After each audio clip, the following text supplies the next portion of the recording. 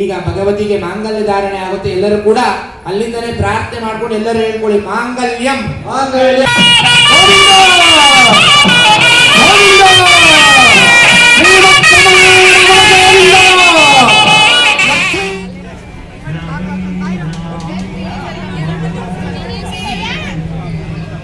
Hello ನಮಸ್ಕಾರ ಎಲ್ಲರಿಗೂ, welcome back to my channel. ನಾನು ಹಂಸ.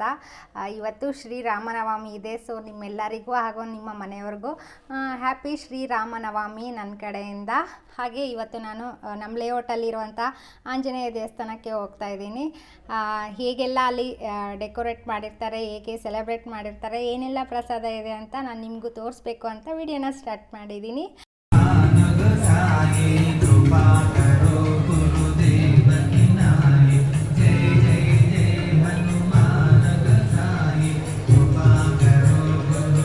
ಈ ಶ್ರೀರಾಮನು ರಾಮಾಯಣದ ಮಹಾಕಥಾನಾಯಕನೆಂದೇ ಹೇಳಲಾಗುತ್ತದೆ. ಈ ಶ್ರೀರಾಮನು ದಶರಥ ಮಹಾರಾಜನ ಮಗನಾಗಿ ಅಯೋಧ್ಯೆಯಲ್ಲಿ ಜನಿಸಿದರು. ಚೈತ್ರ ಮಾಸದ ಶುಕ್ಲ ಪಕ್ಷದ 9ನೇ ದಿನದಂದು ಈ ಶ್ರೀರಾಮನು ಜನಿಸಿದರು. ಹಾಗಾಗಿ ಆ ದಿನದಂದು ಶ್ರೀರಾಮನವಮಿ ಎಂದು ಆಚರಿಸಲಾಗುತ್ತದೆ. ಹಾಗೆ ವಿಷ್ಣುವಿನ 7ನೇ ಅವತಾರವನ್ನು ಶ್ರೀರಾಮನೆಂದು ಹಿಂದೂ ಸಂಪ್ರದಾಯದಲ್ಲಿ ಪೂಜಿಸಲಾಗುತ್ತದೆ. ಅಯೋಧ್ಯದ ರಾಜನೆಂದೇ ಕರೆಯಲಾಗುತ್ತೆ ಈ ಶ್ರೀರಾಮನನ್ನು.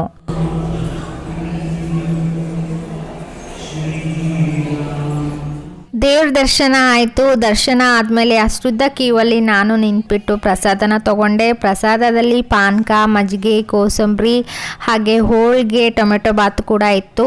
ಟೊಮೆಟೊ ಬಾತ್ 1 ಅವರ್ಗೆಲ್ಲ ಖಾಲಿ ಆದಂಗೆ ಬೇರೆ ಬೇರೆ ರೈಸ್ ಐಟಮ್ಸ್ನ ಮಾಡಿ ದಿನವಿಡೀ ಪ್ರಸಾದವನ್ನು ಕೊಟ್ಟರು. ಹಾಗೆಯೇ ಸಾಯಂಕಾಲ ಕಲ್ಯಾಣೋತ್ಸವ ಇದೆ ಅಂತಲೂ ಹೇಳಿದ್ರು.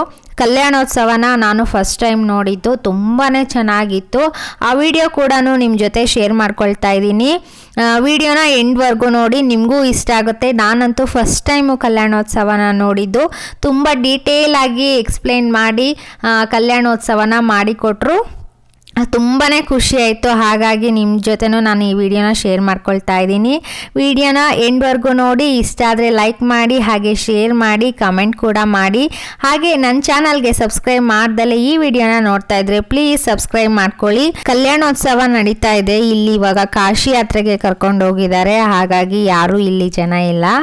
ಅದಾದ್ಮೇಲೆ ಮಾಂಗಲ್ಯ ಧಾರಣೆ ಆಗುತ್ತೆ, ನೋಡ್ಕೊಂಡು ಬನ್ನಿ.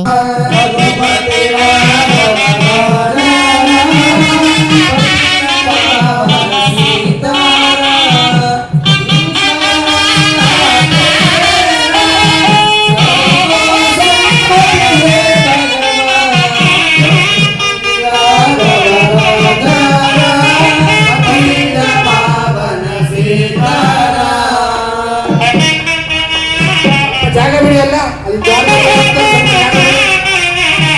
ಸೈಡ್ ಇರಬೇಕು, ಸ್ವಲ್ಪ ಜಾಗ ನಿಂತ್ಕೋಬೇಕು.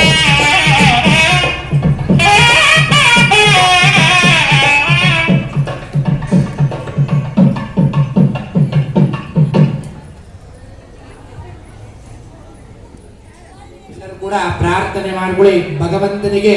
ಈಗ ಭಗವತಿಗೆ ಮಾಂಗಲ್ಯ ಧಾರಣೆ ಆಗುತ್ತೆ. ಎಲ್ಲರೂ ಕೂಡ ಅಲ್ಲಿಂದನೇ ಪ್ರಾರ್ಥನೆ ಮಾಡ್ಕೊಂಡು ಎಲ್ಲರೂ ಹೇಳ್ಕೊಳ್ಳಿ ಮಾಂಗಲ್ಯಂ ಮಾಂಗಲ್ಯಂ ತಂತುನಾನೇನ ತಂತುನಾನೇನ ಜಗಜ್ಜೀವನ ಹೇತುನ ಹೇತುನ ಕಂಠೆ ಕಂಠೆ ಪದ್ಮ ಪದ್ಮ ಶುಭಗೆ ಶುಭಗೆ ತ್ವಂ ಜೀವ ಮಂಗಳಂ ಕುರು ಕುರು. ಧನ್ಯವಾದ. ಮಾಂಗಲ್ಯಂ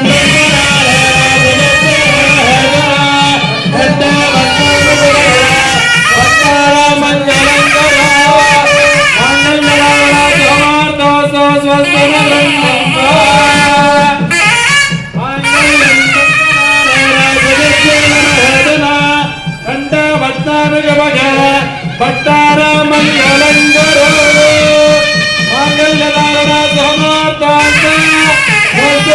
ಮಂಗಲಂಗರು ಮಂಗಲಧಾರಣ ಸಮರ್ಥಾಂತ प्रतिष्ठितमस्तु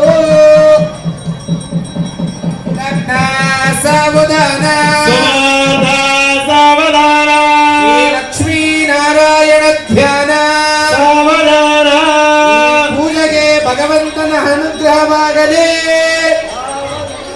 ನಿತ್ಯ ಮಂಗಲವಾಗಲಿ ವಿಶೇಷ ವಿಶಿಷ್ಟಾಯ ಅಸ್ಯಾಶ್ವದ ಭಗವದಾಖ್ಯೇಯ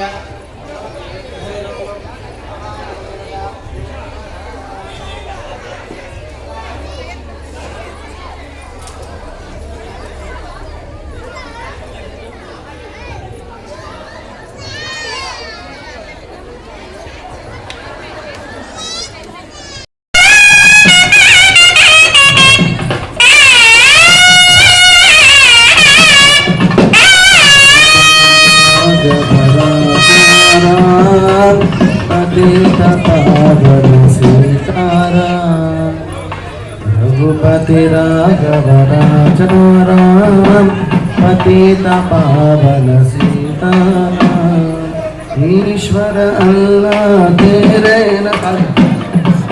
मन सबको सम्मति ते भगवान रघुपति राघव राजा राम पतित पावन सीताराम ईश्वर अल्लाह तेरे नाम सबको सम्मति दे भगवान रघुपति राघव राजा राम पतित पावन सीताराम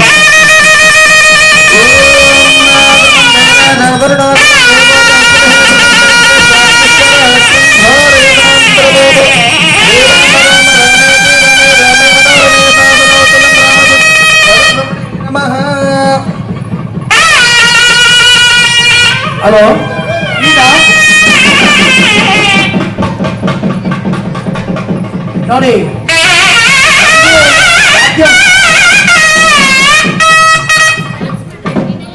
ನೋಡಿ ಎಲ್ಲರಿಗೂ ಕೂಡ ನೋಡಿ ಯಜಮಾನರಿಗೆ ಬಲಭಾಗದಲ್ಲಿ ಹೆಂಡತಿ ಇರಬೇಕು ಅಂತಾರೆ ಅಲ್ವಾ?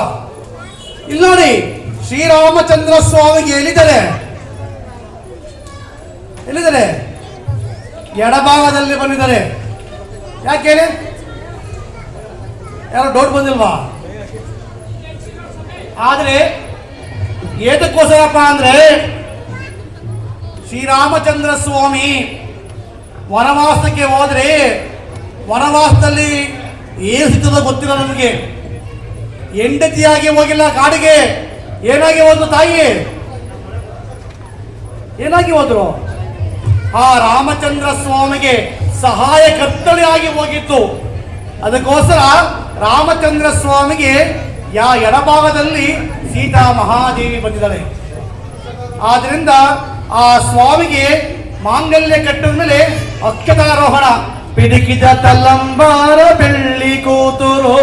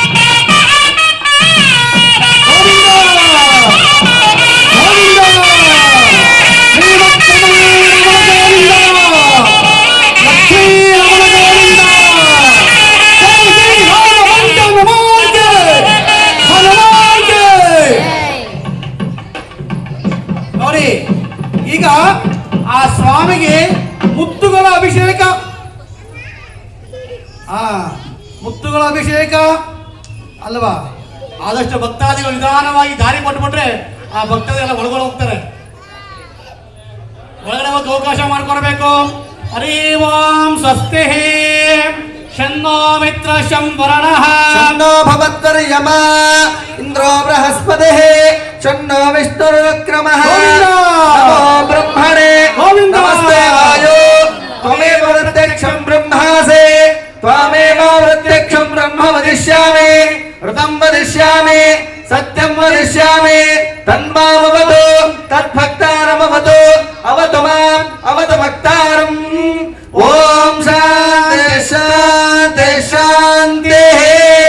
ಓಂ ಓಂ ಶನ್ನೋ ಭದ್ರಂ ಕರಣೇ ವಿಷ್ಣುಯಾಮ ದೇವಾ ಭದ್ರಂ ಪಶ್ಯೇಮಾಕ್ಷಭಿರ್ಯಜತ್ರಾಃ ರಂಗೈ ತುಷ್ಟವಾಗುಂ ಸಸ್ತನೋಭಿಃ ದೇವೈದಯ್ಯದಾಯೋ. ಗೋವಿಂದ ಗೋವಿಂದ ಗೋವಿಂದ.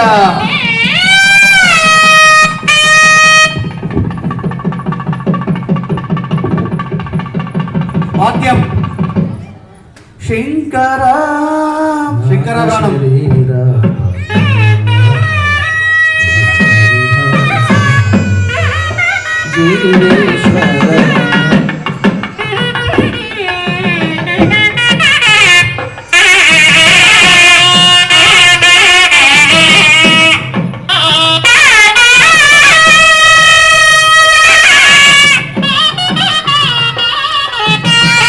ರಾಜಾವೋಮ ಅಂದ್ರೆ ಅಗ್ನಿಪೂಜನೆ ಸಾಕ್ಷಿಯಾಗಿ ಪ್ರತಿಯೊಂದು ಯಾವುದೇ ಒಂದು ಪೂಜೆಗಳಲ್ಲೂ ಆ ಅಗ್ನಿನೇ ಬಹು ಮುಖ್ಯವಾಗಿರ್ತಾನೆ.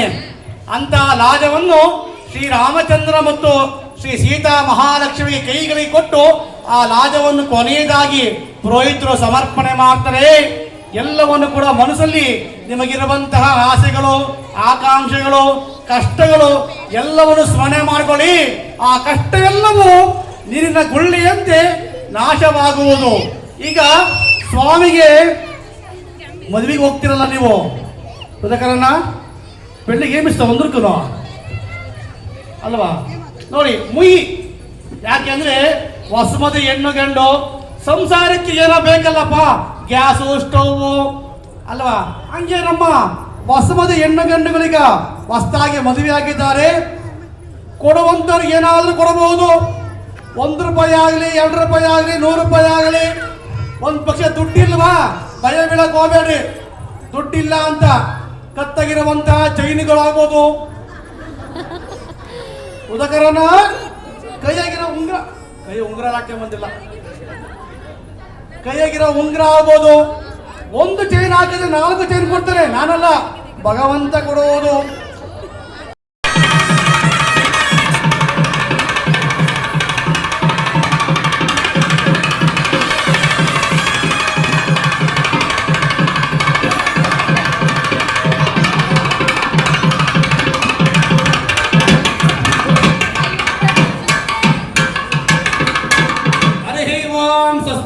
ನೋಡಿ, ನಮ್ಮಲ್ಲಿ ತಾಳಿ ಕರ್ತನೆ ಹೆಂಡತಿ ಆಗಲ್ಲ ಅಲ್ವಾ. ಏನಾಗ್ಬೇಕು? ಸಪ್ತಪದಿ. ಏನ್ ಪದಿ? ಸಪ್ತಪದಿ. 7 ಹೆಜ್ಜೆಗಳನ್ನು ಶ್ರೀರಾಮಚಂದ್ರ ಹೇಳ್ತಾ ಇದ್ದಾನೆ ಸೀತಾ ಮಹಾದೇವಿಗೆ. ಸೀತಾ ಮಹಾದೇವಿ, ನನ್ನ ಆಲಯಕ್ಕೆ ಬರ್ತಾ ಇದೆಯಾ? 7 ಹೆಜ್ಜೆಗಳನ್ನು ಇಟ್ಟು ನನ್ನ ದೇವಾಲಯಕ್ಕೆ ಬರೋ ಅಂತ ಕೇಳ್ತಾ ಇದ್ದಾರೆ. ವಿಷ್ಣುಸ್ತಾವೇಶೋ, ಹೆಜ್ಜೆ ಒಂದನ್ನು ಇಟ್ಟು ಅನ್ನಕ್ಕಾಗಿ ಅನುಸರಿಸುವಂತನಾಗಿ ಬಾ. ನೋಡಿ, ಶ್ರೀರಾಮಚಂದ್ರ ಹೇಳ್ತಾ ಇದ್ದಾರೆ ಸೀತಾ ಮಹಾದೇವಿಗೆ, ಸೀತಾ ಮಹಾದೇವಿ, ನನ್ನ ಆಲಯಕ್ಕೆ ಬರುವಂತ ಭಕ್ತಾದಿಗಳು ಯಾರ್ಯಾರು ಅನ್ನವನ್ನು ಕೇಳಿ ಬರ್ತಾರೋ ಅವರಿಗೆ ಅನ್ನಪೂರ್ಣೇಶ್ವರಿಯಾಗಿ ನನ್ನ ಮನೆಗೆ ಬಾ ಸೀತಾ ಮಹಾದೇವಿ ಅಂತ ಹೇಳ್ತಾ ಇದ್ದಾರೆ. ವಿಷ್ಣುಸ್ತಾವೇಶೋ, ಹೆಚ್ಚು 2 ಇಟ್ಟು ಧನವ ಸಮೃದ್ಧಿಗೊಳಿಸುವಂತರಾಗಿ ಬಾ. ನೋಡಿ, ನೋಡಿ, ಧನ ಅಂದ್ರೆ ದುಡ್ಡು. ನನ್ನ ಭಕ್ತಾದಿಗಳಿಗೆ ಧನವನ್ನು ಸಮೃದ್ಧವಾಗಿ ನನ್ನ ಮನೆಗೆ ಬಾ ಅಂತ ಹೇಳ್ತಾ ಇದ್ದಾರೆ. ವಿಷ್ಣುಸ್ತಾವೇಶೋ, ಹೆಚ್ಚು 3 ಇಟ್ಟು ಮಮತೆಯ ಮನೆ